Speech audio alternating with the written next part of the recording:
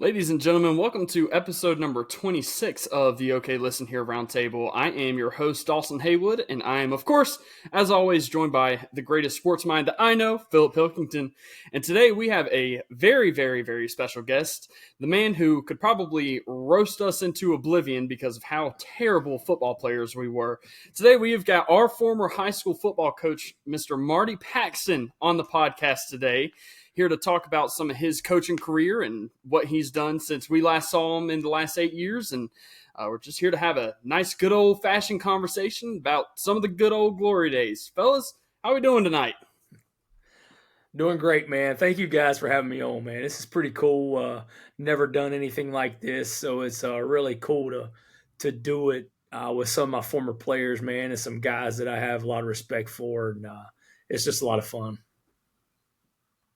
Philip, how you doing Hearing tonight? that, Coach. I'm good. It's an honor to have you on, Coach. You know, it's always fun when I relay so much when I'm on the radio daily to back in my days of playing, not trying to obviously compare to the college athletes that I'm analyzing, but just certain things that they go through. For example, East Carolina just got eliminated from the baseball this past weekend, and relaying that. Of what that feeling is like when your career ends for those seniors, and to have someone that I went through a lot of those moments with, all those emotional moments both on and off the field, it's an honor to have you on, Coach. Thank you, man. Appreciate it. Yeah. Honor to be here, man. Yeah, and I was kind of going to say this to them, but I'll kind of hit the podcast going with this. But I'm not sure if you really know this, Coach, but you have played a very, very pivotal role in my life. I know you probably remember junior year. At the end of my junior year, I was done with football completely, and you went out of your way to get me in your office and taught me back into playing, and you made me fall in love with the game again, and I went on and played, my senior year, had a fantastic time with all the boys, persevered through all the stuff and earned a spot to actually play, and moved on and went to college and majored in sport management, and of course came up with OK Listen Here and started doing that just because of the love of the game that you installed in me. And I do attribute a lot of my current success, and whether it's professionally or personally, I do. You have a lot of claim to that. So I do want to say I appreciate everything that you've done for me personally in my life, and the impact that you've had on it. And there's no possible way on planet Earth that I could ever pay you back for what you've done for me in my life. So greatly appreciate you and just for being that role model that we could have. So, well, thank you, man. I appreciate that because there's a lot of reasons that you guys could probably not want to have me on this show right now, but all the many sayings and bad things I may have said to you over the time, man. but obviously it hit you a little different. Sure, it hit Philip a little different than it does some people. But it's great to hear those kind words, man. I really appreciate that. That's part of the reason. Well, not part.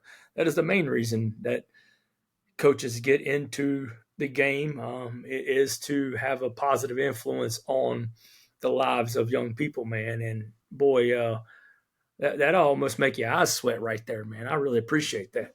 Yeah, absolutely. So what we want to get into today, there is a lot that I don't know about you, Coach Paxton. So kind of want to deep dive into your coaching career, why you got into it. We'll talk about, some of the time that we had together for those 3 seasons, and then a little bit after you left Hickory Ridge and on to Mooresville and Concord, and get into maybe some recruiting, get into all the fun things. So, okay. We'll start with some pre-Hickory Ridge. Like I said, dude, I know nothing about where you came from, how you got started. So what was your first coaching gig? How did you get into it? How did you know that you wanted to coach ball? Well, first off, born and raised right here, man. Homegrown, lived in Concord, Kannapolis area all my life, man. Grew up always wanting to be a Concord Spider. So, man, it was pretty cool to be a little kid and being able to be over there on that hill at Concord High School and just seeing all the great players that came through there before me and then after me. Definitely not me being one of those great players. But it was fun, man. I enjoy that part of life. My first coaching gig, I know we were talking about this before the podcast started here, was actually at Northwest Cabarrus, which is where I'm currently at right now. And I was doing, it was after I graduated college, doing some substitute teaching. And the head wrestling coach and athletic director at the time, Rich Williams, came in and while I was subbing in a class and just asked me if I want to be a wrestling coach, to help him out. I'm like, well, sure, man, why not? Had you ever wrestled or had any experience wrestling before that? Yeah, I started wrestling in 7th grade, and wrestled, in middle school and high school. And then I thought, like every kid's dream in the country, I was going to go wrestle in college and do all that stuff. So I went on App State, tried to wrestle on, walked on there and tried to wrestle, and noticed that big try.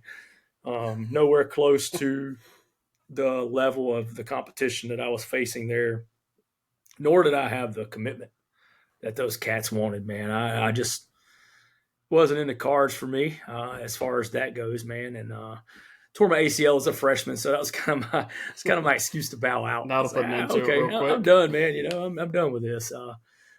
So after coaching at Northwest, and I finally got my first real big boy job, was at Central Cabarrus.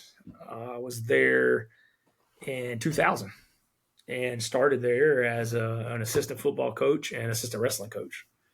And life kind of went on from there. And my second year there, I became a defensive coordinator, which is crazy on Coach Groom's part to hire a 25-year-old as a defensive coordinator in his second year of coaching. But then became a head wrestling coach also that same year, and stayed there 3 years, and then went to Mooresville as the head wrestling coach, and was there from 2003 to 2007. That's when I got the phone call from Mr. Despot. Adam Mr. Despot. Mr. Despot at Hickory Ridge, and asked me if I wanted to come in for an interview. And, I thought he said, you want to come and talk about being a football coach? And so I said, okay, sure, man. And it was me and Mr. Despot, and I thought it was just going to be Mr. Meehan. But it turned out that we met at on the border over there. It's a good meeting spot. Yeah, it's pretty good, man. Sat in a corner booth over there. Probably never have another interview quite like that one. But I go in there, man. I'm in some khaki shorts with stains on them and a T-shirt with holes in it, because I thought I'm just going to talk to Adam and Mr. Meehan about coaching football. And probably had a camo bucket hat with a hole in the side of the coupe. You like to wear that. You know what, man? The original bucket hat. Oh, don't tell me. It's right up there, man. There it is? Yes, it's right there. Yeah, that one right there. That's the original one, man.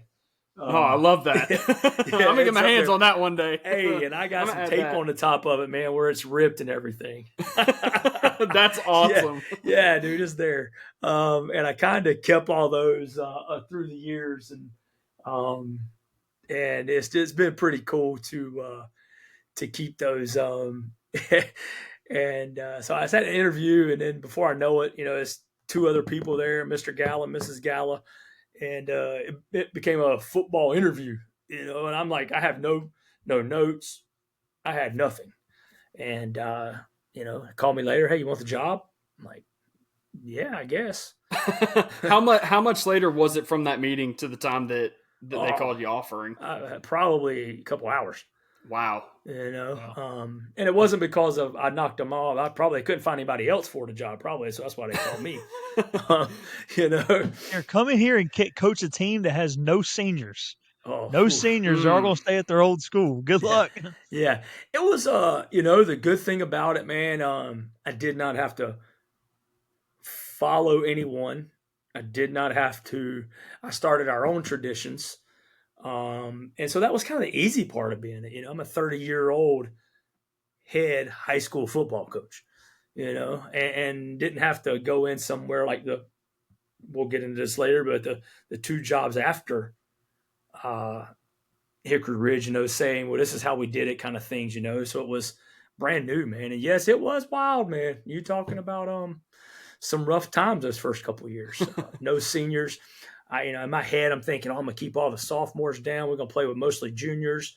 And then we go into the first game and we're like 30 kids. I'm like, well, holy cow, we can't do this. And do you remember that first game again? Oh, as a head very coach? vividly. And what was Very it? vividly. Go through that, because I was there. I distinctly remember being there, but I can't recall any of it. I'll keep it PG. Go for it. You can get a little PG-13. There might be some people on this thing that watch this thing one day that I might not want to speak some true words about. But no, it was Mount Pleasant High School. One of my best friends ever is the D-line coach at Concord High School, Jason Porter. They weren't playing that night. He comes to the game to see me coach my first game. And man, it was, cold chills everywhere, kind of living my dream, man, and I'm thinking we're going to get this thing off to a good start. I knew it was going to be a rough game because it's one of the best teams in Mount Pleasant High School history. We go down there, and before I knew it, it's 35-0. And then it's 42-0, and then it's 49-0, and then it's 56-0. So, then I'm starting to scratching my head. I'm like, is this really what I want to get into? But I knew, like Philip referred to, I'm sitting here playing Mount Pleasant as senior heavy and probably the best team they've had ever. And here we are with a team from Central Cabarrus and J.M. Robinson of a bunch of guys that I'm not sure many of them were even starters at their old high school. So it was rough. There were some things about the game that I did not like, the way some things were handled during that game. But it was pretty eye-opening as a head football coach, and especially, I had turned 31 by then, and man, I'm sitting here thinking I'm 31 years old, man, and I got to do this for 23 more years. I'm like, wow, I better get ready. So that's kind of when I dug my heels in, man. It was like, all right, let's get down to business. So yeah. I got to ask, because I'm curious to know, what kind of offense did you run that first year, that first game, and did you change it at all? Like, what was that offense that you ran your first year?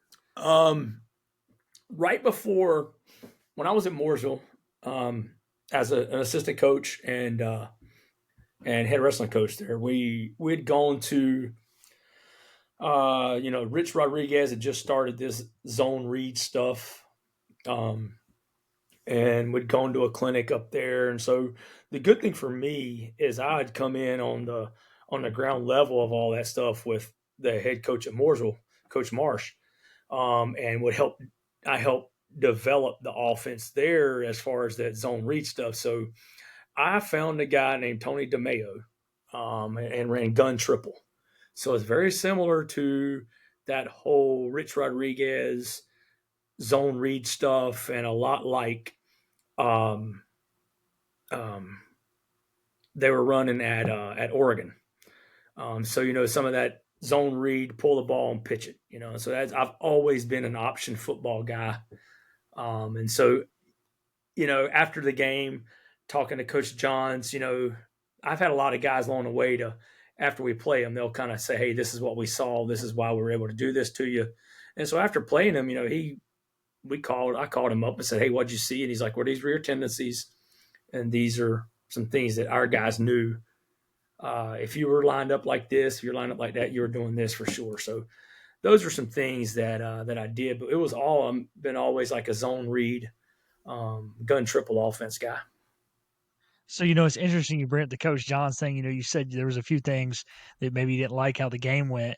For us growing up in Cabarrus County, Coach Johns was the guy, because he had even been at Mount Pleasant way before you got to Hickory Ridge. And I know when you were growing up, obviously it was E.Z. Smith at Concord, who was your head football coach. But, Coach Johns had already been there for the better part of a decade when you first coached against him that first year, right? Yes. Funny thing is I did my student teaching at Mount Pleasant in 1999, and Coach John, that was Coach Johns' first year there. Okay. And so, yeah, like I was there, before, as kids, you guys have grown up with his sons, and things like that. And I was there before those guys. Yeah. And so, there was a situation in the game. It was like, I don't know, 42-0, and it's 4th and 1. And, we're thinking, 4th and 1, they're probably going to run an ISO play, a dive play. No, they run a play action pass and throw a bomb. So now it's 49-0. So yeah, here I am, man, a 31-year-old full of piss and vinegar, man, and I'm on a sideline just steaming, man. And so obviously those kind of things go by the wayside over the years. Coach Johns and I are still real good buddies, man. We call and talk to each other, and that doesn't mean I liked what happened, but we're professional, and those things happen, man. So I do want to actually ask you one question. Going back, you talked about your high school days and early college of wrestling. Were you able to wrestle your senior year in high school? 'Cause correct me if I'm wrong, but you broke your collarbone pretty early your senior year in football, right? I broke my ankle. Yeah. Oh, your ankle. Okay, I was Yeah. way off, but I knew you broke No, something. that's all right. Yeah, no, I broke my ankle in week 5 of my senior year. I was able to wrestle, but it wasn't until after Christmas. As a senior that I could come out there. Broke my ankle. I guess it probably would have been mid-September, something like that. But I was a knucklehead, man. I had a cast on, and I'd still go to wrestling practice. And I'd work on things on the mat and do those kind of things. And, Coach Smith was very forgiving of me. He knew that I loved wrestling, and he knew that, he'd let me go to wrestling practice even my early years as a sophomore, getting moved up to varsity. I'd go to wrestling practice and then come to football practice. But that also tells you what kind of contribution I gave to the football team. He'd let me go to wrestling practice and come to football. You're playing varsity as a sophomore, weren't you? That's more than I can say. I was up there, there what today would be considered as 8 quarter, but I went up for the playoffs, that kind of thing. So no, not for the full season, not some of the cats I played with in high school, man. Very, very. I played with some dogs in high school. Who was probably the most notable player that you played with whenever you were playing in high school? Jay Graham. Where did he end up? I'm assuming he ended up going somewhere. He went to Tennessee. Played with Peyton Manning at Tennessee. Oh wow. He's number 2 on I think the season touchdown list, maybe or rushing yards in a season. And he was just a straight USA Today All-American. Man, he's a dog, man. He played, he's coached later. He's been coaching all over. He's been at Tennessee as a football coach. He's been at Alabama. And now I think he's at ETSU as a football coach. We're pretty good friends, man. He'll come back home and call me up, man. We've had some good talks together, in the coaching world about the mental struggles of coaching. I played with a guy named Kenny Robinson. Kenny was a 3-year starter at Georgia Southern back in the real heyday of Georgia Southern football. Paul Johnson being the head coach down there, running triple option, and Kenny was a quarterback there. Another guy that played for Kansas State. I could go on and on and on, man. There's some dudes there were dudes,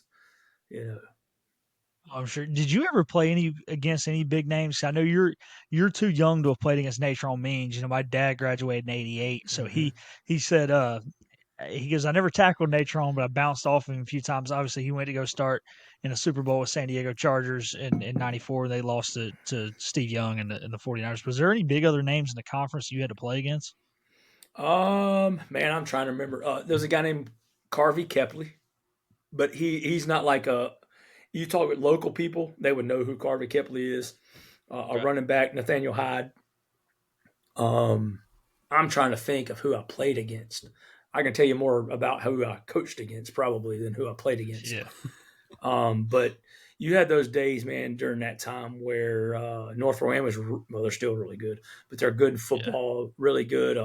And A.L. Brown, man, they had some ballers too. They still do. But I'm not because sure they recruit, they cheat. They used to give their kids a scholarship to play football, and the parents' jobs at the mill, give them a meal home for $25 a month. There's cheating jerks over there in Kannapolis. This is some strong accusations, Phil. Hey, that is it's true. It's true. It ain't accusations. It's true. Yeah, Phil's dad being from Cabarrus County, man, he's got all those kind of stories too, man.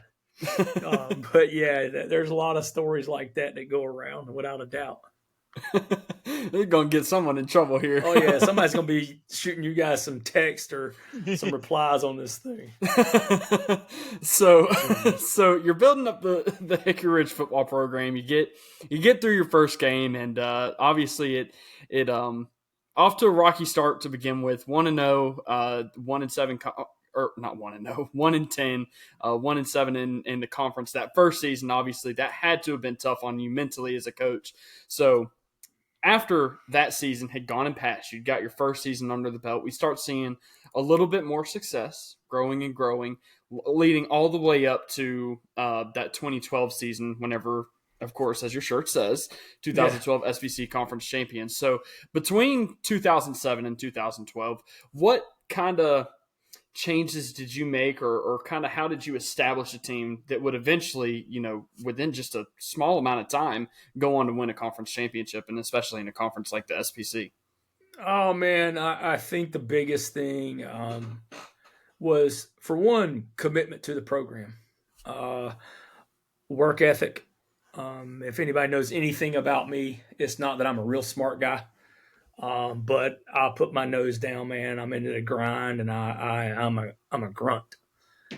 So I think that is one thing that I try to instill in all of you guys that I've ever coached, was about work ethic, and about doing the right thing, and just getting after it, man, and not being intimidated by some other team. Just knowing that you are really a go-getter, that you have trained yourself so tough and so hard that anything that we've done Monday through Thursday or all summer long was not near as, it was a lot harder than what it was going to be on a Friday night.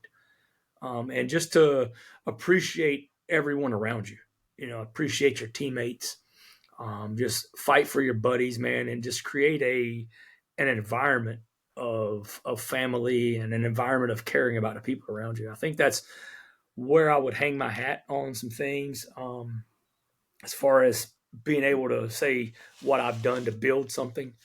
But I do truly believe, you just talked to Mr. Despot a lot about football, because when I was in high school, he was here coaching.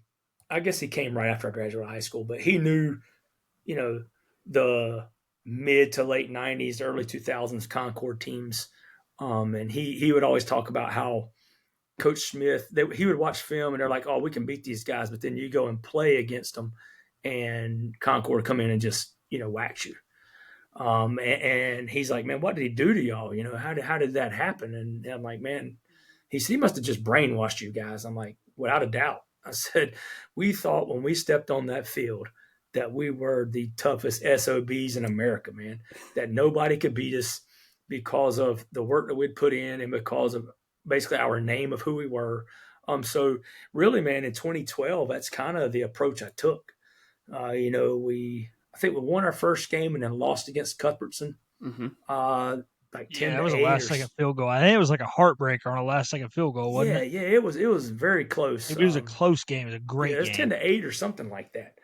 But kind of after that, I started taking his approach to it, man. I'm like, dude, I better tell these guys how good they are, because we're actually pretty darn talented. And so, my approach kind of switched. And I'm sitting here looking at my career records. I had these written down. It's kind of funny. I got here in my little office and I found my note card that had my career record in football. And kind of after 2012, things started looking on the up and up for a little bit. But it was just a big change in my approach to how I coach people. Now, you guys are probably sitting there thinking, that's BS, man. He didn't tell us how good we were. But if you talk to the guys before you, and they'll be like, nah, man, that guy was sick when he coached y'all, man. He was telling y'all how good you were. Something was wrong with that guy. But I think that has to do a lot with it, man. Is your approach to kids and how you talk to them. And, at first I thought I would challenge people and be that, you're not worth a crap, you need to be better kind of guy. But then I'm like, well, nah, man, that's not working. I need to tell these kids really that they are pretty good and they got to start believing in themselves and get on that side of the coin, man. And it paid off. So I want to hit on two things that you said there, because obviously we were not there in 2012. We got there in the spring of 13. And the first thing was the work ethic. And the work ethic was instilled in us day one. Day one, we ran 4 400s, 8 200s, and 10 100s. Dude, and you're for going the to first trigger 2 something, weeks, dude.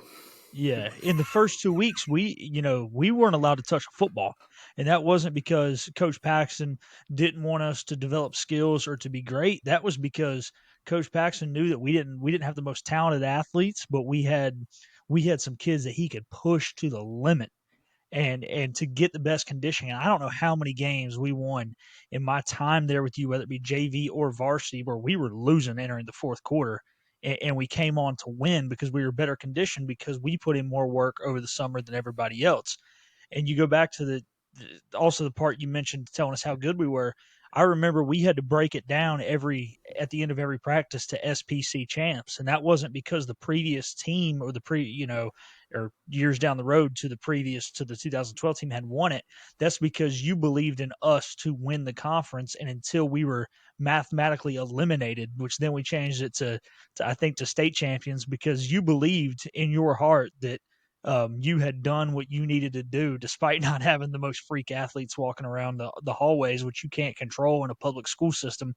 That this team could come together and could win, whatever it be, the conference, the state, or whatever. So, if to one of our listeners, he's sitting here saying this, and it's one thing to say it, but everything he just said is 100% true, and we saw it every single day. Yeah, I just truly believe that you have to dream. I mean, you have to be the guy that wants something and have to have it in front of you, and you got to look for it every day, and you got to see it every day. And if you see it and you believe it, then you can get there.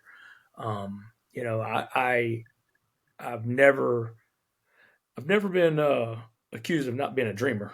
Because I've always wanted to be there. And people ask me all the time, with talking about summer workouts. I never once we didn't touch a football lot in my 15 years as a head football coach in the summertime. And it didn't have anything to do with I didn't think summer was important. As you mentioned, I just thought it was a time for mental toughness, time to get in shape, and a time for team bonding. Until later in my career, and people, if you don't touch a football enough these days during the summer, if you don't go to enough 7-on-7s, then you're not doing what you need to do to be a successful coach. That's a whole different ball game, and that's another rabbit hole we could run down. But we won't right now. I thought the summer was a time for conditioning and lifting, man. And no, we did not have the greatest athletes, but we had a lot of tough mother truckers, man.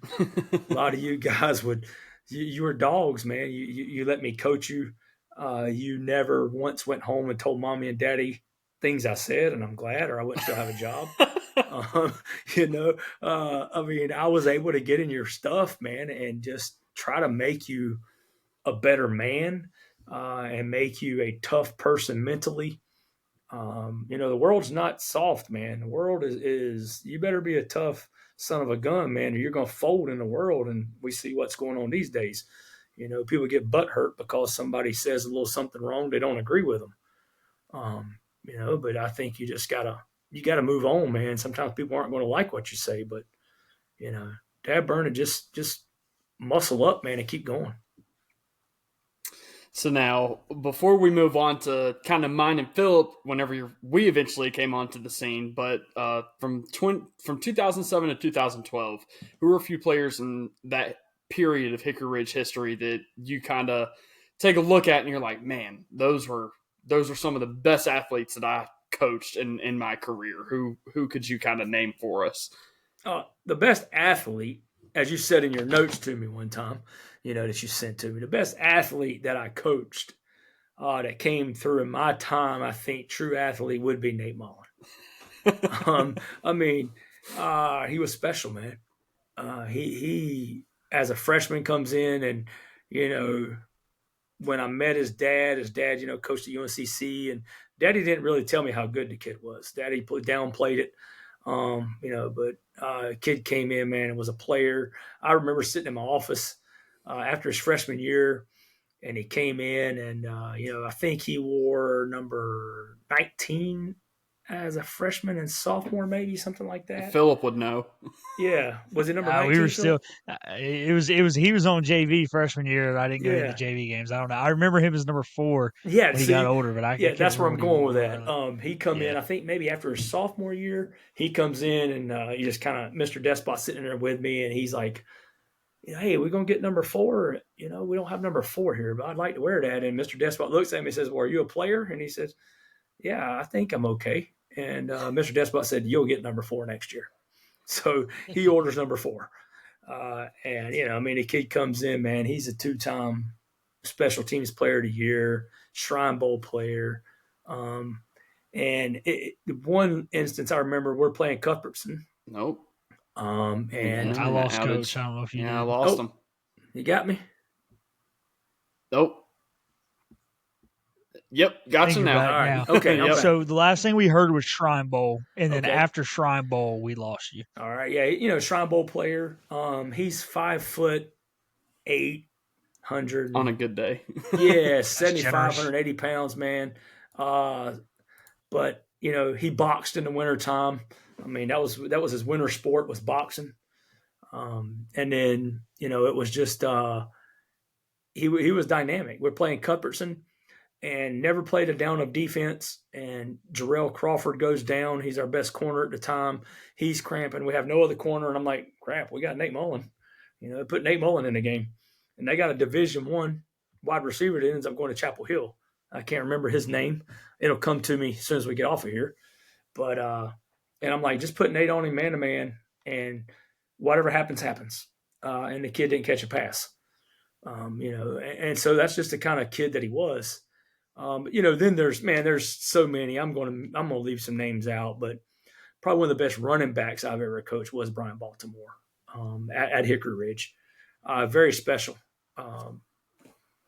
Had some of the greatest vision of any kid there that I've ever seen. Just some tough-nosed people, man. That's a great running back name, Brian Baltimore. I want that jersey. Yeah, I remember we were playing Cox Mill. It had to be like 2010, 2011. And I think he had 6 touchdowns. And to Coach's point there, it was all from vision, man. It wasn't like you handed him the ball and then he teleported to the end zone, man. It was like watching Le'Veon Bell. He was slow, and there's the hole, and boom, and there he was gone. Like I said, I think he had 5 or 6 touchdowns that night against Cox Mill. That was that's exactly like 6th grade, you're though. right. That's exactly how we coached it. Slow to, fast through.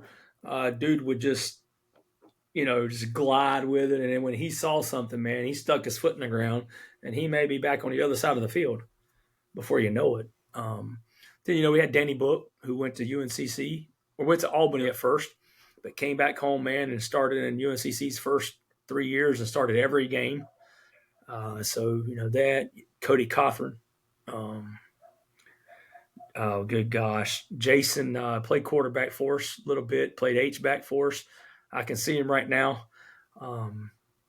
He went on to walk on at Charlotte, and I'm sorry I can't remember his last name. I can't use a nickname for him because some people might be offended. But we called him Sal. I want to pause you there for a second. Yeah. Do you remember the nickname that you gave me? Oh yeah, I was getting ready to bring that one up too, but we called Jason a silent assassin because he didn't talk to nobody, but he would strike you and kill you. But yours, yes, molasses. By far, dude. By far. It was so funny. I just remember watching you run when you were younger. And I'm like, all right. And I know I was told by one of my head coaches before, one of my mentors, don't give kids nicknames, that'll offend them and blah, blah, blah. But dude, we gave you guys so many nicknames on that team, man. There are kids that if you gave them nicknames these days, we would be fired. Absolutely. But yours, molasses, I know nobody's going to care, but it was, I do remember calling you molasses all the time. We'd be out there doing those sprints, those 400s Philip was talking about. And I'm like, come on, molasses. You're slow. Well, I do. I'm sure I had a slow nickname for the 40. Once we got above 40 yards, because I had a decent top end speed, it just took me about 60 or 70 yards to get to it was the problem. I had the worst 40 time on the team. But the 400s, I wasn't getting made fun of too much, but I was getting made fun of. You probably blasted everybody in those 400s. Well, Yeah. I do want to Oh, yeah. let you know, good reason that I wanted to bring that nickname up specifically. I want to let you know, I did end up clocking a sub 5 second 40. I got 4.9 at a Citadel camp one time. So I just want to let you know, the nickname Molasses, I ended up getting faster than 5 second 40. So just want you to know that.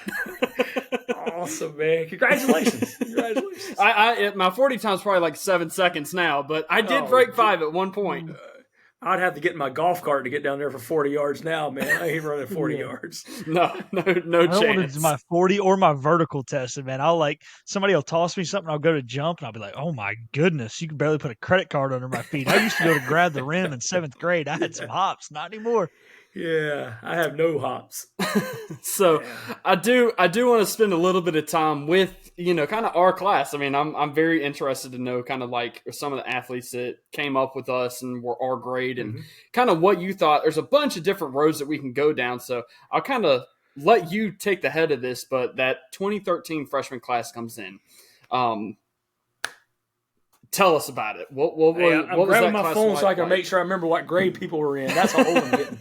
I'm looking over here at the roster here, just to make sure I can remember everybody's name and what year. Man, that's the problem. Coaching that this long and you get so many people come through that, man, putting years together sometimes it's hard.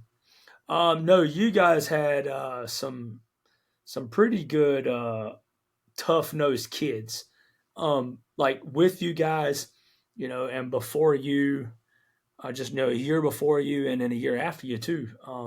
That was a really good group of people. That's what I like to tell people about Hickory Ridge, and about the students that I coached. Were most of the people that I coached there were just great people. And no, we didn't have a lot of Division I athletes, but the fact that we had great people in the organization speaks volumes, about just the type of people you were, the types of families you were raised in, and that's what I'm very proud of, is the kind of people that you guys have turned out to be. But man, I mean, I'm looking at this list right here, and obviously one name that comes up is Brock Angel. Brock was a pretty dynamic individual. As far as a tough nosed kid, was quick, shifty.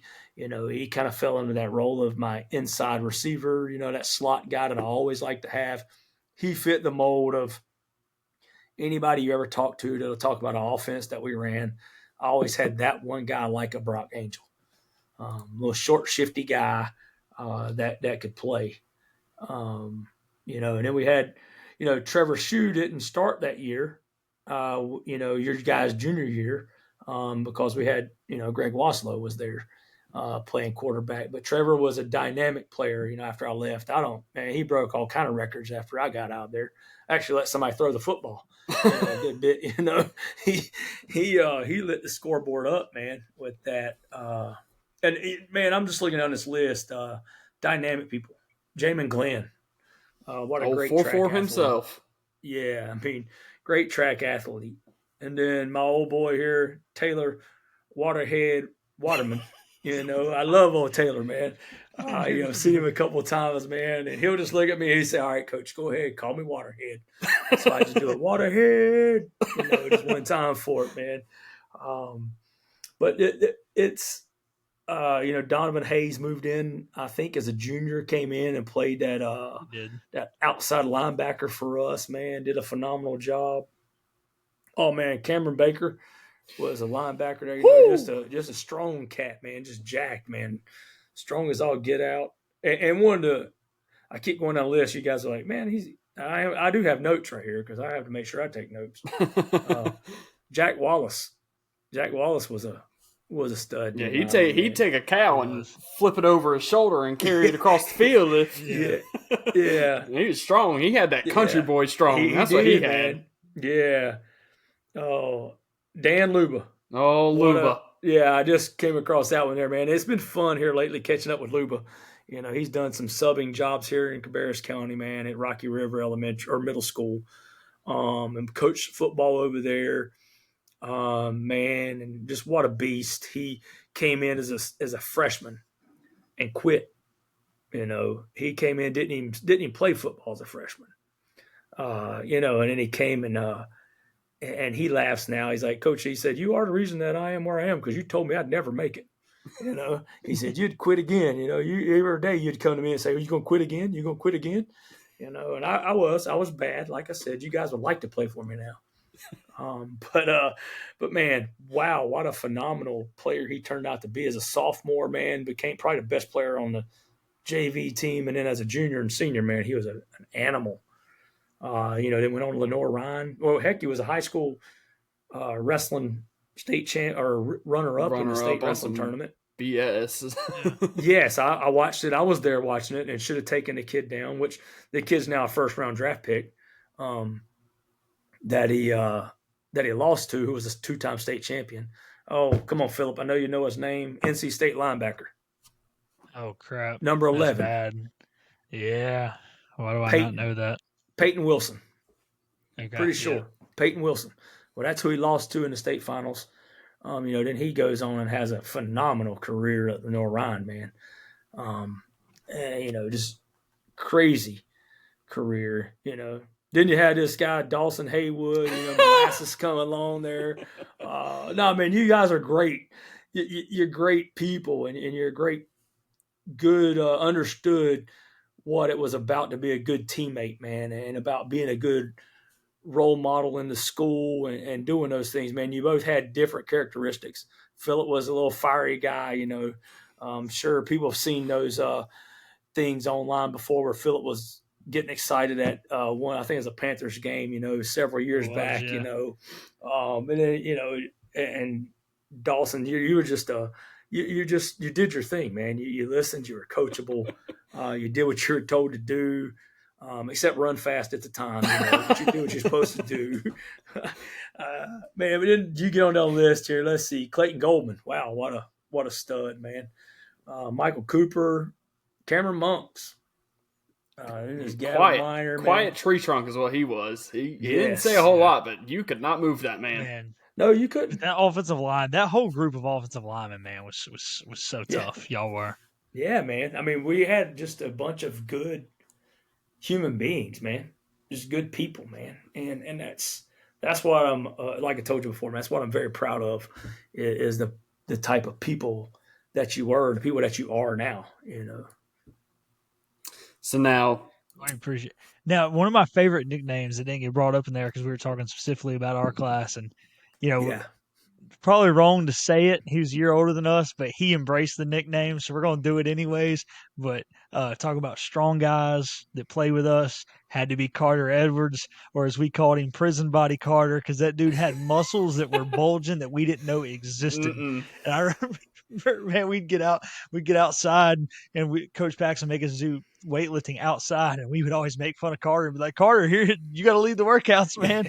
Prison Body Carter. But he embraced it. He thought it was funny. Yeah. Oh, he loved it. We went with it. He was jacked, man. Still is. See him on social media, man. Dude's real successful, man. Doing some stuff. I forget exactly what he's doing, but he's doing something in the sports world. But man, he was massive. Yeah, I probably, like I say, there are some names that I probably shouldn't use. Hey, I was about to say, Coach Paxton did not come up with Prison Body Carter. We're just going to throw that out there. That's right. Yeah, you guys came up with that one because I didn't. Yeah. It was somebody else in his class. I think it was Greg or Jalen or somebody that came up with that. It was probably Greg. Probably. So you go through and you coach us in our junior year. This was after you had called me back to your office. You had convinced me to play again. You were moving me to center. Then a few months later, you come and you just break all of our little hearts, Coach Paxton, and you announced to us that you're leaving out from Mooresville. So I know why, but for the viewers, what ultimately led to that decision for you to leave Hickory Ridge and go to Mooresville? At the time, and let me say that again. At the time, I was a little stagnant. I'm thinking I need to grow a little bit. Not sure how I can grow being at Hickory Ridge. As they say, the grass isn't always greener on the other side. but I thought it was, for one, yeah, it was a little bit better, prestigious job, financially. It was always a place that, I coached there before I went to Hickory Ridge as a wrestling coach, and assistant football, and I always wanted to go back as a head football coach there. So that's pretty much really. I looked at it. There were three places that I always wanted to be a head football coach, or three places that I said I'd like to be a head football coach. And I was able to be a head football coach at two of those places, which was Concord and Mooresville. And strangely enough, being a Concord guy, the third place was A.L. Brown. Why not? One of the most storied programs in definitely in our area. But it was just I guess I'll say a status thing for me. I wanted to think, that it was a better job. And at the time I thought it was. But looking back, I enjoyed my time at Mooresville. I have no rearview mirror. People ask me, would you change what you did, blah, blah, blah. No, I have no rearview mirror in my life. I make decisions through prayer, and through gut feelings and prayer, man. And I don't look back at what ifs, because if you do, you can sit here for all day long and beat your head against the wall about what ifs. But, at the time I thought it was a good decision. And then you look the next year, you guys were in the Final Four. So it wasn't a good decision. I don't know. Maybe it was great that Coach Seidel came in, and was able to take you guys to another level than what I was able to take you. Who knows, man?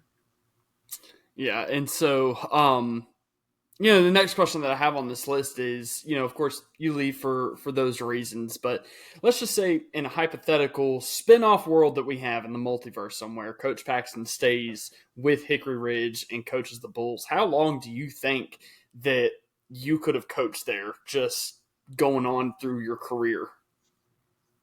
I'm going to say in a hypothetical world, I'd still be there.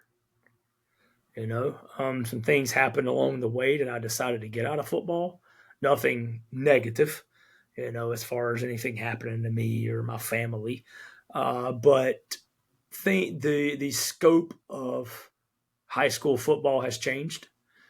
The way things are done now in high school football have changed, and I don't like the way some of the things have gone. So I don't know, man. I would say probably, if we want to be very honest, the same amount of time that I just finished up coaching, 15 years. I think really might have been my limit, just the way things have changed and the dynamics of football and high school football and athletics in general. And I'm not, going to sit here and bash things about high school sports, because I still love football. My son hopefully is going to be playing middle school football than high school football. I'm going to be there to support him and those kind of things. It's just that the dynamics have changed. So the one thing that I will say about your transition to Mooresville, obviously that day you came in, you shed a lot of tears and so did everyone sitting there. And when you first told us you were leaving and you not yet said Mooresville, as someone who had respected you for a long time and considered you a friend, I think we were friends off the field, even though on the field we were a coach player. I knew that your dream job was Concord, and I wanted you to get that one day. But at the same time, I did not want you to get that job while I was there, because I didn't want you to have to play against you in a conference game, because there was too much respect and friendship there. So I will say there was a little relief when you said Mooresville that day. I was like, okay, look, he's not in the SPC, and that's good. And then I remember when I saw it on Twitter the day that you took the Concord job, and I shed a tear for you, because I knew that was where you grew up, and you were fortunate enough to be there the night that they changed it to E.Z. Smith Field. That was back in 2014. And we unfortunately lost a varsity game there that night. I was on the sidelines, and I knew that was your dream job. So you talk about not having that rearview mirror. Obviously, we were sad to see you go, but who knows if you would have landed your dream job if had you not gone. So I guess in the end of the day, it all worked out. I mean, it was tough having you leave. I remember we had a team meeting after, and Donovan Hayes stood up because he had that same thing happen to him at Cannon after his freshman year. And he's like, look, this is going to be my 4th head coach in 4 years. And this isn't easy and it isn't fun. And, we're all upset, but at the end of the day, we're still the same guys, and we're going to welcome this new guy in, and we're still going to have this brotherhood, and we're going to make it work. But, I was, like I said, I just didn't. None of us wanted to see you go to Concord that quick while we were there. But then we were all so happy when you finally got that opportunity. Yeah, it was not an easy decision, man. You guys know me for sure. I wear my emotions on my sleeve. You are going to know if I'm pissed off. You're going to know if I'm happy. Yeah. And I shed a lot of tears, man. And I don't care. I'm not the guy to say stop crying. Because when you cry, it means something to you. Exactly. And, so when I left you guys, no, it wasn't easy, man. Had a lot of friends in the school building, teacher wise, and a lot of great relationships with you fellas. And then I was, like I say, man, it was very fortunate to be able to coach at those 2 places, man. Some of the most storied places, no, they haven't won a lot of state championships, but you mentioned football in this area, and those 2 names come up, and I feel very fortunate to be able to have coached there. Yes, I don't have a whole lot of questions about your time at Mooresville, but I'm sitting here looking at the record books. But I see that that first season you went in and had a phenomenal. It was an 8-4 season, but 6-1 in that North Piedmont Conference. And did y'all end up winning the conference that year? No, we lost to Lake Norman, I think, if I'm not mistaken. Gotcha. We lost to Lake Norman, and they were the conference champions. Yeah, and then I can't remember. Did you stay running the triple option when you got to Mooresville? Because who was the quarterback that year? Was it Tyson Stevenson that was y'all's starting quarterback that year? No, my first year there, we had Chris. Give me a second, man. He's a sophomore. Yeah. Man, I'm losing my mind right in a second. Sorry, I put you on the spot. Yeah, you did on this one. But no, I had 2 kids. I had a senior and a sophomore. Okay. That were quarterbacks and they were vying for a spot, and they both played. We played a good bit, that first year. And yeah, man, it was okay because you're playing in the, in that Iredell County League. But then when you roll over and play in that IMEC, it's a whole different ball game, buddy. Mm-hmm. You roll into the city, man, and you're playing Huff and Mallard Creek, and matter of fact, the nose guard that was at Mallard Creek at the time went to Georgia, and then now he's in the NFL. I can't remember his name off the top of my head. But you remember at Hickory Ridge, I'm a no huddle guy. I'm going as fast as I can. I'm trying to get 70, 80 plays a game. Yeah, Oregon. I go to Mooresville. We were the Oregon of high school football. Yes, we definitely were. And, yeah, remember we had Ledford come down and want to watch practices and those kind of things, man. But I get over there, you go play in the IMEC, and I'm huddling up. Never been in a huddle in my 10 years as a head coach at the time, and I'm in the huddle because I'm trying to burn as much clock as I can because you're trying to play with those guys, man. And it's a different ball game. It didn't help that my sophomore quarterback, as I was referring to the year before, decided not to play football anymore. He's just going to be a lacrosse player. So then I go to number 2, and then he gets hurt. And then I'm trying to makeshift quarterbacks, man. I'm trying to find a good athlete to have on the team to put in there and try to run some triple option stuff, or zone read. And it was not a lot of fun, to be honest with you. I mean, when you don't have a signal caller, a guy pulled a trigger, something's wrong, I mean, in my 9 years at Hickory Ridge, I had 3 quarterbacks that were starting quarterbacks there. So, that Greg, helps a lot. Nick. Excuse me, I had 4. Yep. Because you had Will Thompson for half a year before he went down, and then Greg. But he was a running back. Oh, we had or not Brett, Will Thompson. Will. Brett Lilly. Justin Thompson. Justin. Yeah, Justin came. Justin Wallace came. Wallace, right I don't know why, Greg. but I was way off on that. Yeah. Greg and Justin were quarterbacks. Then Justin went down. But the year before that, we had Nick Mayo and Blake Sides. They played quarterback there. So really I had 4 quarterbacks in 9 years. Yeah. That starters, I mean, and so you had Nick, Tyson, and Greg played it for 6 years. And now let's go back to those players you talk about through your time. You were talking earlier about some of the best players. Now I like to go back and watch. I do watch Brian Baltimore highlights, just for old sake. I watch Cody Cothran highlights. But one of my favorite ones to watch too is those 2 quarterbacks I referred to. Like, to watch Nick Tyson and Greg Waslow play quarterback.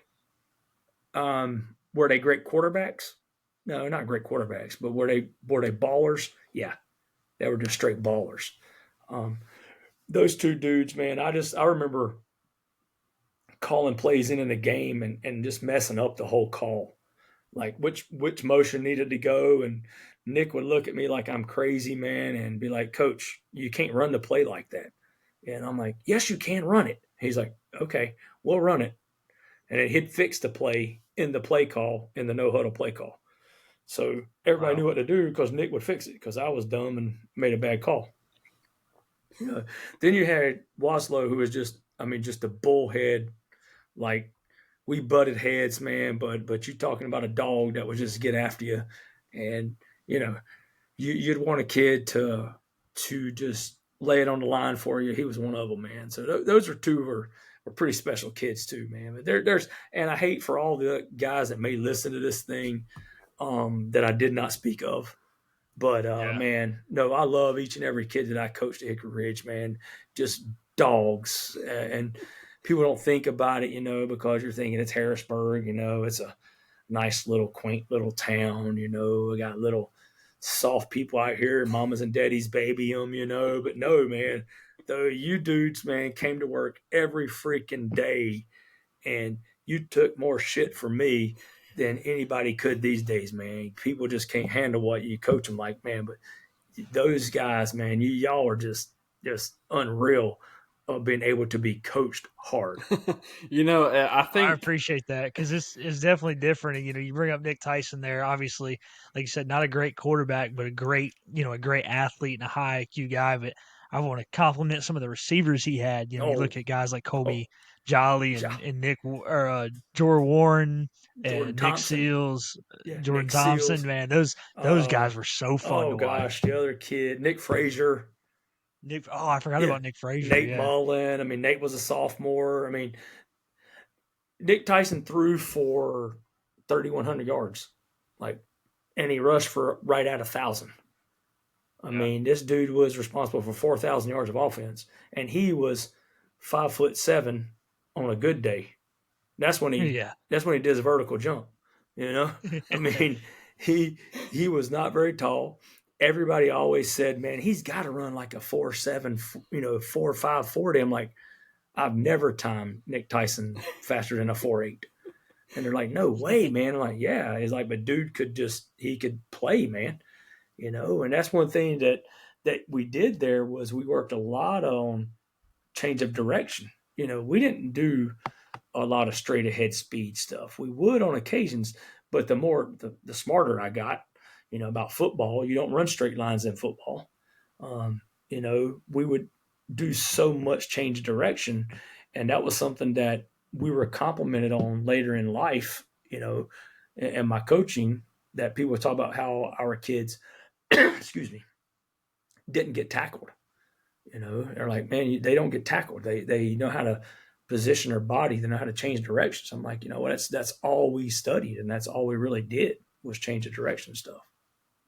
Well, you said, I don't care about the 40 time. If you got a quick 5, 10, 5 pro agility shuttle, that's all I care about, because that's football. Yes, you're right about that. And I still firmly believe that. When I talk to people all the time, man, about training their kids or whatever these days, I'm like, who cares about a 40?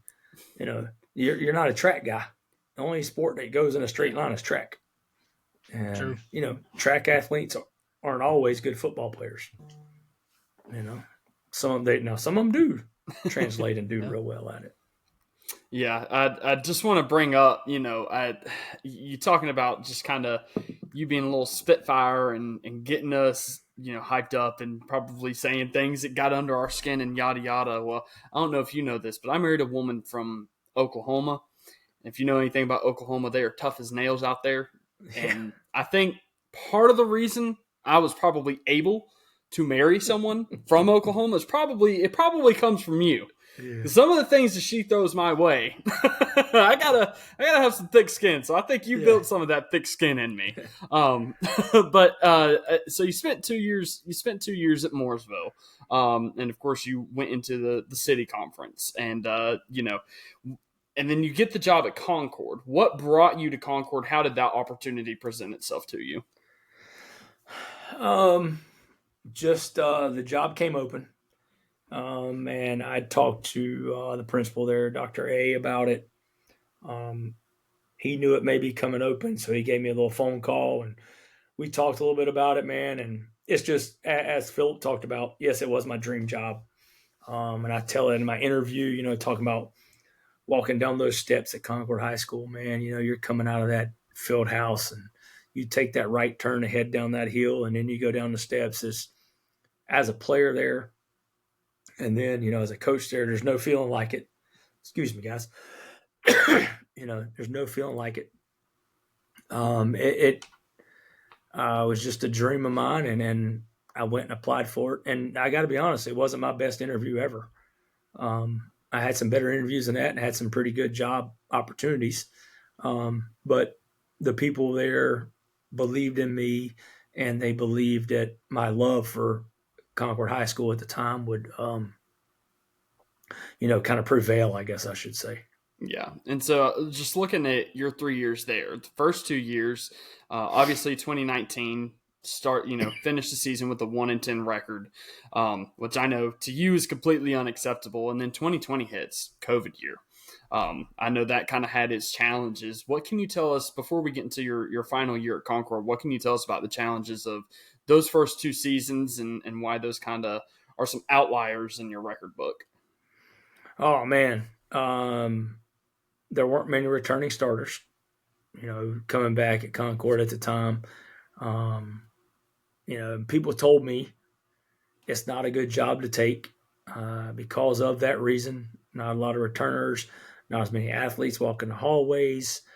But I expressed the fact that I was getting I'm on the downhill of retirement. And if I didn't take the job then, I'm trying to remember how the pace went. I had 15 years left, let's say. If I didn't take the job then someone might say there's 7 or 8 years, and I only have, 7 or 8 years left in my tenure as a teacher and coach. And then they're probably not going to hire a guy like me to come in there. So I took the job at the time, and it was tough, man. First of all, to be at your alma mater, at a place that is not accustomed to having losing seasons, and then you go 2 years at 1-10, 18 and 19 we were 1-10, and in my head again, I'm thinking, man, is this what I need to do? Is this where I'm supposed to be? But I'm the kind of guy, I'm like, well, screw it, I'm here. Let me get my nose down. We're gonna get down to business. And just got after it, man, and just had a group of kids that, I had some transfer out, like today's time, again, that changing the landscape of football, of high school sports too.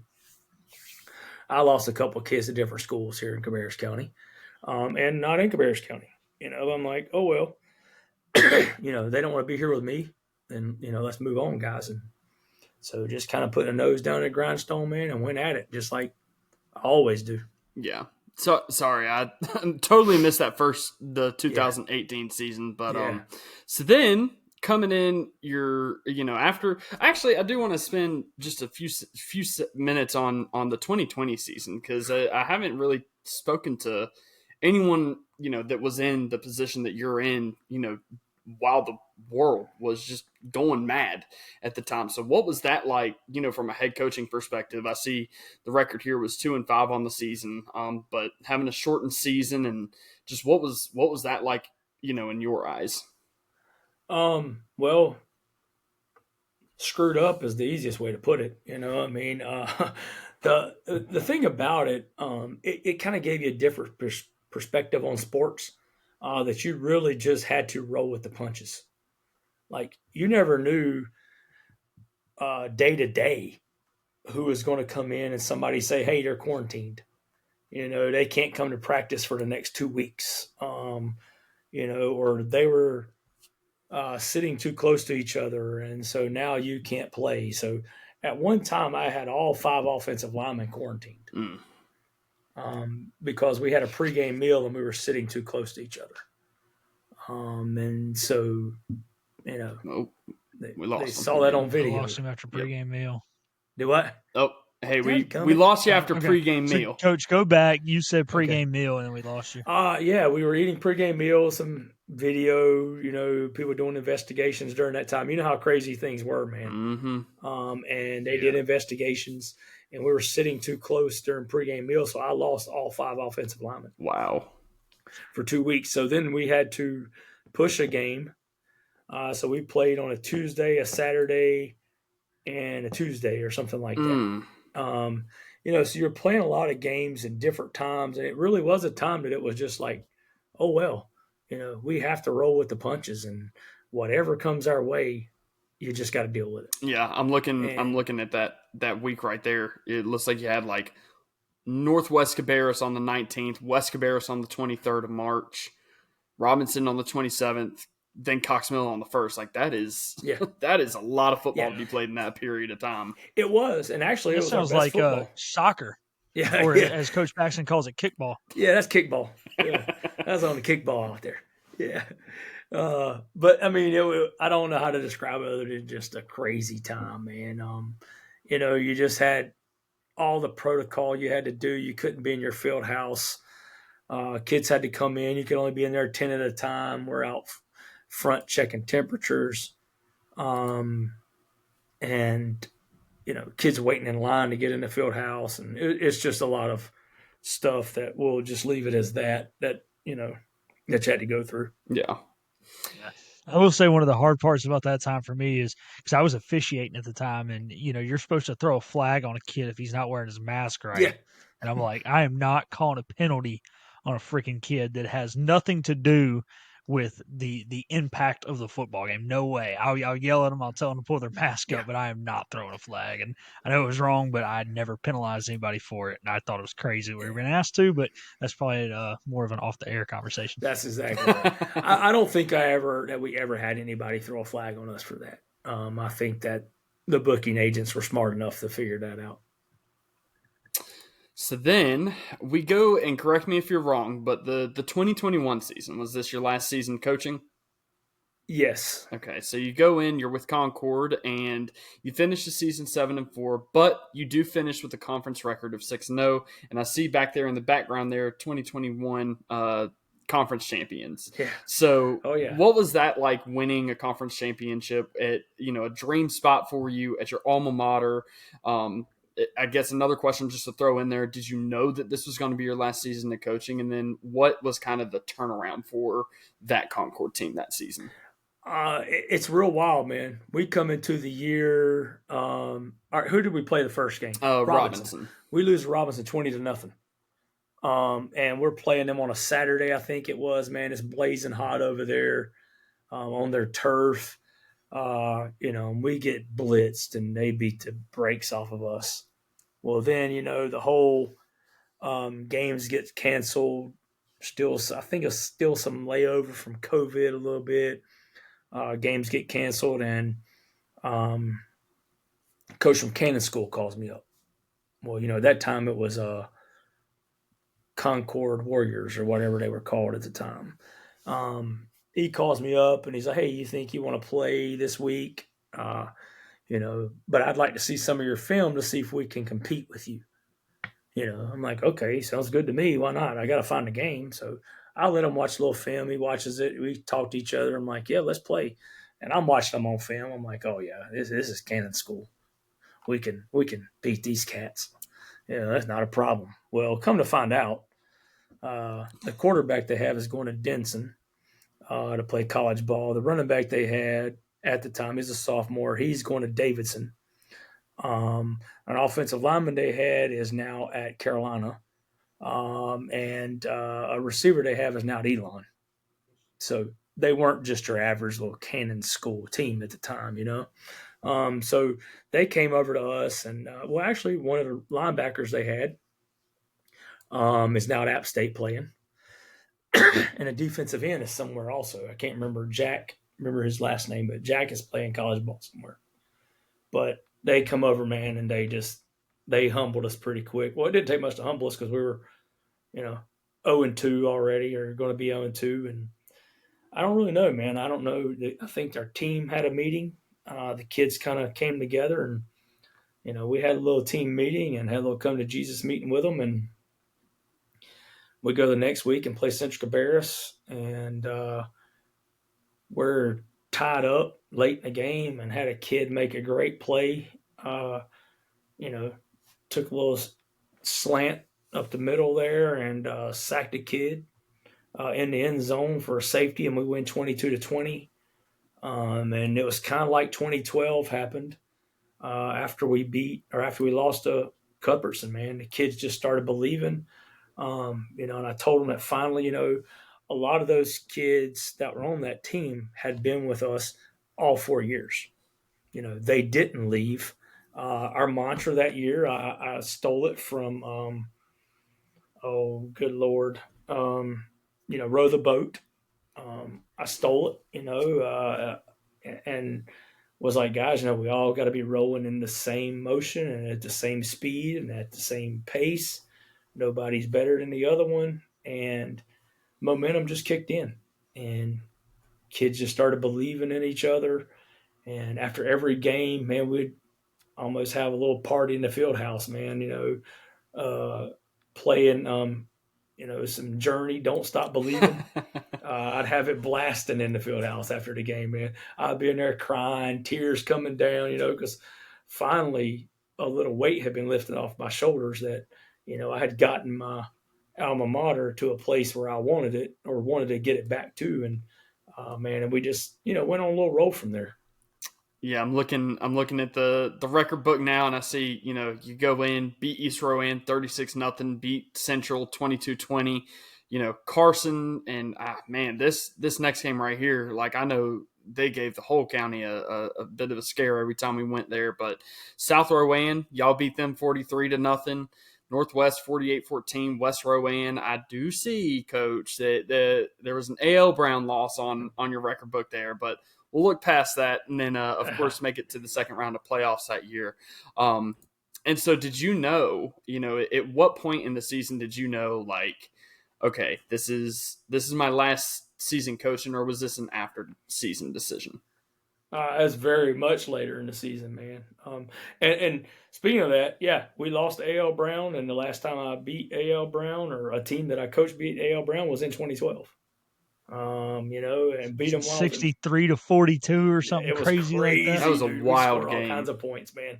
Yeah, yards for days, man. And then the next game we played them in the playoffs was 69-something, or no, we beat them 69-something the first time, and they beat us.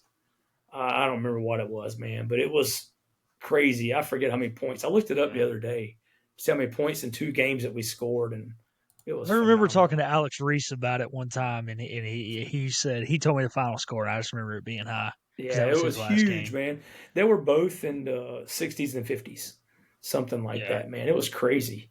But no, man, I did not have any intentions on being done with coaching, because during that season, I'm like, all right, man, I'm good, man.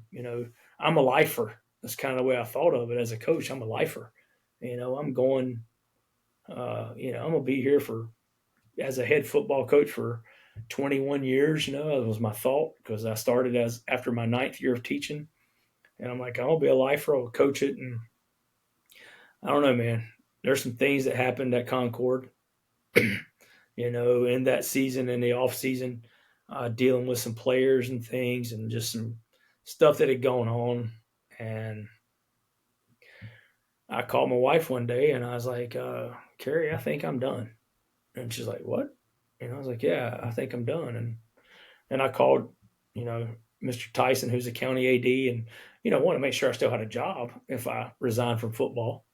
And we went through some things and some scenarios, and he's like, "Yeah, man." He said, "You need to turn around and go back to school and and tell Dr. A that you're done." I was like, "Well, I'm gonna think about it over the night, but I'll go in and talk to him in the morning if that's still the decision." And walked in the next morning, went and talked to athletic director Greg Little, and then I went to Dr. A at like 8 o'clock in the morning. I'm like, "Hey, man, I'm done. I'm ready to go raise my own kids. If I don't raise them, the world's going to raise them, and I sure as hell don't want that these days." I said, so, it's time for me to move on. So now, wrap up your coaching career, and is there any chance of you going back and coaching football for any reason, or are your football coaching days done? I never say never. My mom had taught me that at a very, very young age. You never say never. But I've had opportunities since the day I resigned. People called me within the week, and said, "Hey, I got a job over here. You want to come be an assistant coach? I got this job. I got that job." I'm like, I just don't, I don't, I love the game of football. Like if you wanted to sit down right here and do X's and O's and all that stuff, or you wanted to talk to me about how I handle things and do all that, I'd sit and talk to you for days about it. But as far as spending that time, I don't want to do it. Got a little farm here at my house, man, and I spend time outside. We got chickens, goats, cows, and it's just what I like to do now. Yeah.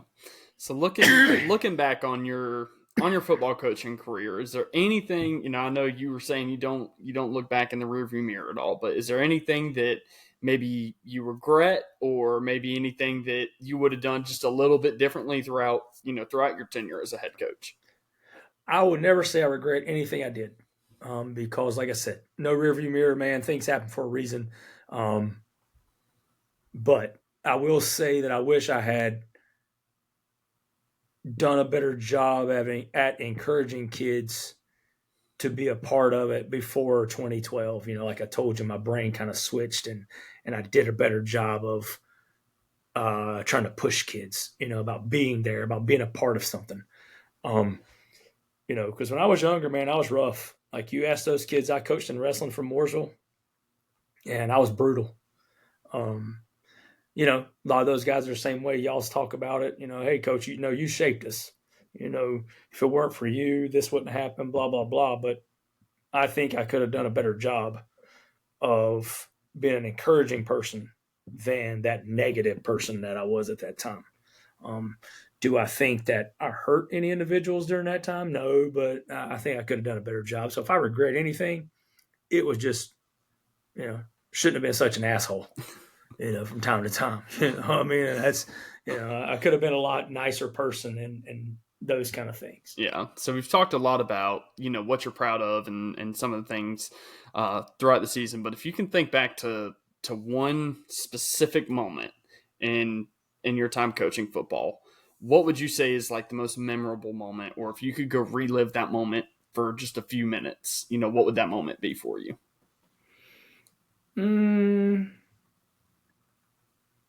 I'm going to say 2-0. The night in 2012 when Nick Tyson's scrambling forever behind the line of scrimmage like he did 400 times that year, and dumped the ball off to Jordan Thompson to win the game against Concord by 2. And then probably the night that we beat A.L. Brown in that same year. As far as true, like, coaching moments, that I really liked, those were probably 2 of the most memorable wins of my career. And the first win I had against Piedmont,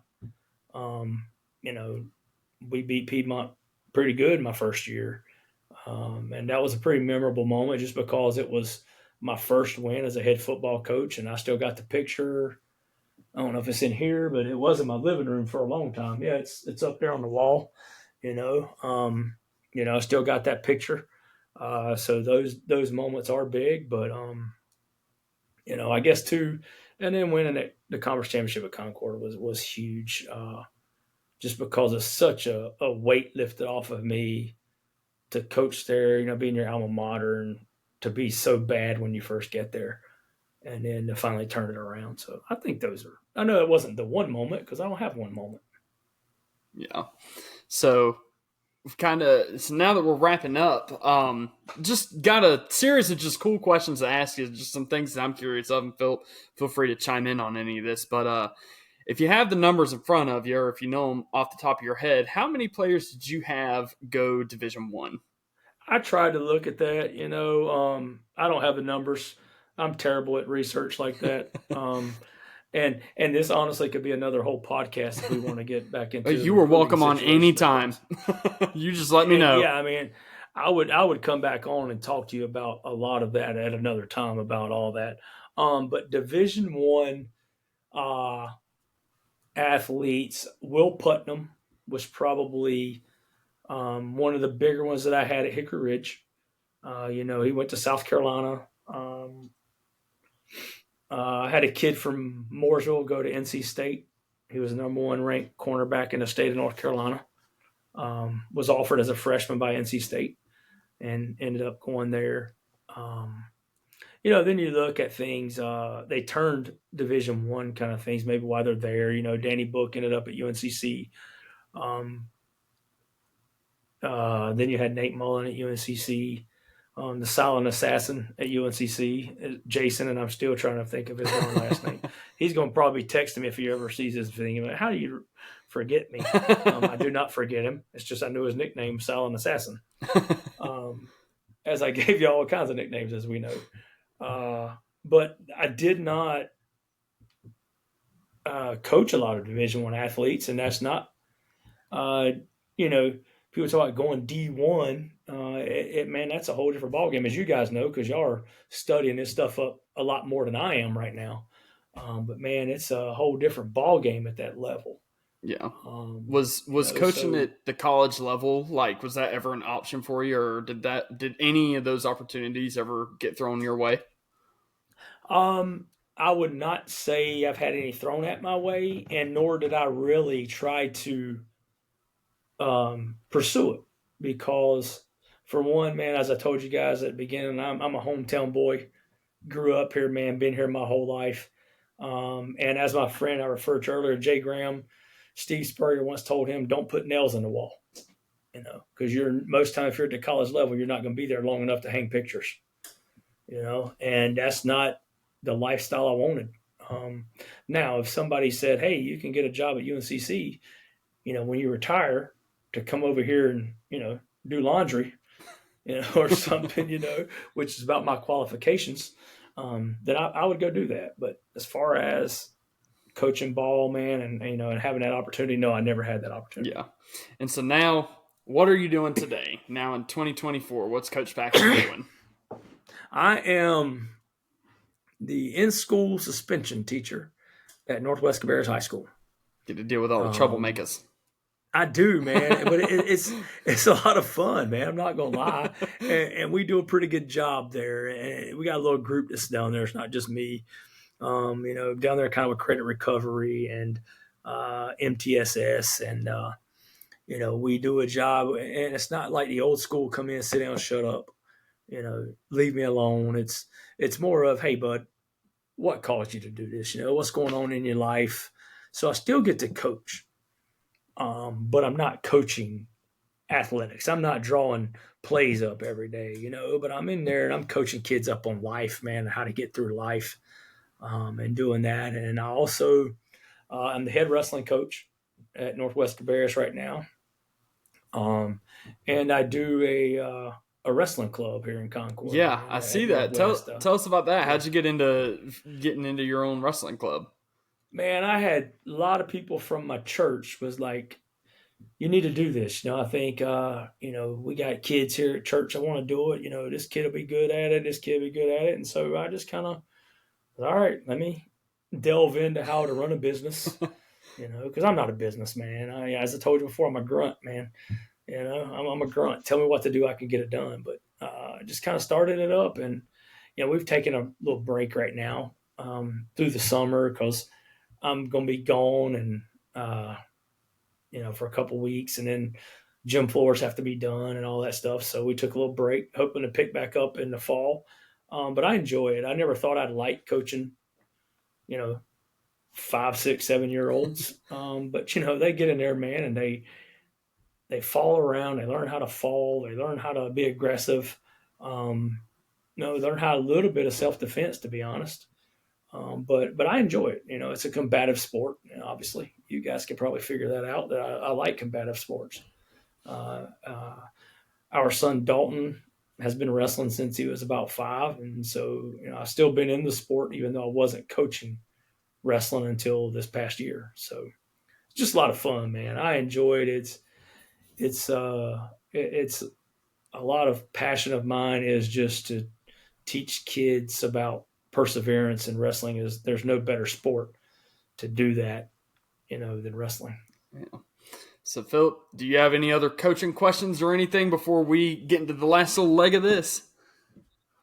No, all my coaching questions would go to probably a future episode of X's and O's. But if I ask any of my questions, they're going to be going down rabbit holes, and we're going to be up well past midnight.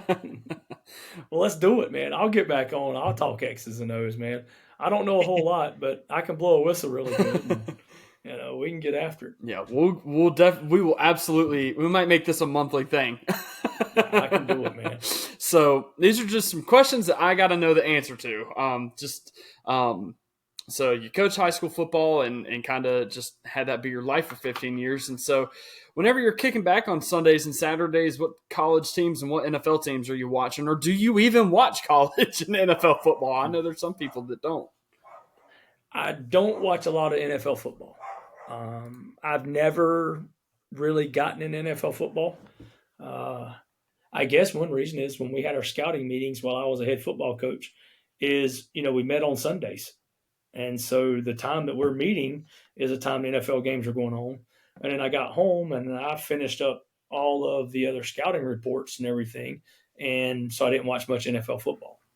Now, if I had to say my favorite NFL football team from back in the day, it would have to be the Washington Redskins, And yes, I say the Redskins. I know I'm not supposed to anymore, but it's the Washington Redskins. No, they're going to change it back. Yeah. Better. Yeah. Just because, that was one of the teams that you heard, on the East Coast. But no, I love college football. Now that I'm not coaching, I watch a lot more college football. But I'm not like your average person. I don't have this I'm not a fanatic of anything. And I watch a lot of different football. I do watch my App State Mountaineers. I do watch them a lot. Got a lot of ties to App. But I love to watch the academies play football. I love watching them. Unfortunately, some of them are going away from triple option football. But I think they'll go back to it. Everything is cyclical, and they'll figure out that you got to do that in the academies. But I love watching it because I like triple option football. I love having ESPN Plus because I can sit on a Saturday and watch the Harding universities that run triple option and a lot of those schools that people don't even know about.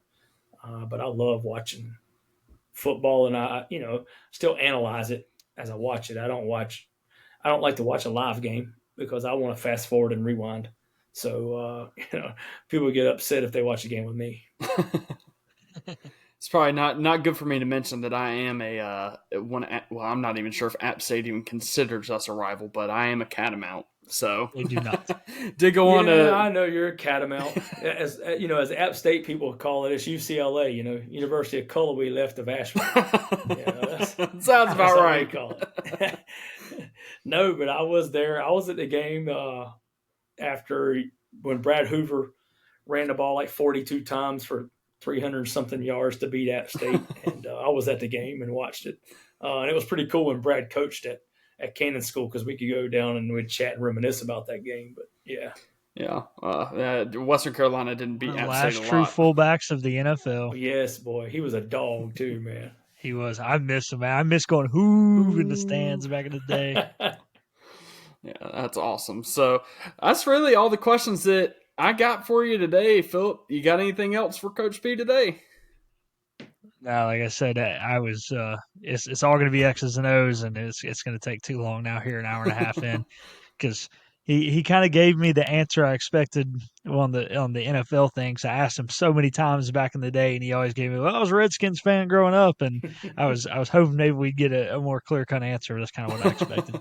Yeah, nah. I mean, I do now cheer for the Panthers, because they're local. But I still don't watch a lot of NFL. Yeah, well, we'll wrap up this podcast, and but Coach, of course, thank you so much for coming on and spending the last hour and a half with us two goofballs. Again, thanks for everything that you've done for both of us on on a personal level, and just want you to know that the impact that you had on us does not go unnoticed, and it's something that I do think about quite often. I'm sure Philip can kind of speak the same, but we'll wrap up this podcast. And if you were listening to this part of the episode, we appreciate you guys for hanging around for this long and listening to Coach Paxton, Philip, and I chop it up, reminisce about the good old days. But we will be back on here recording on Monday night for Sonoma Recap, and we will see you guys then.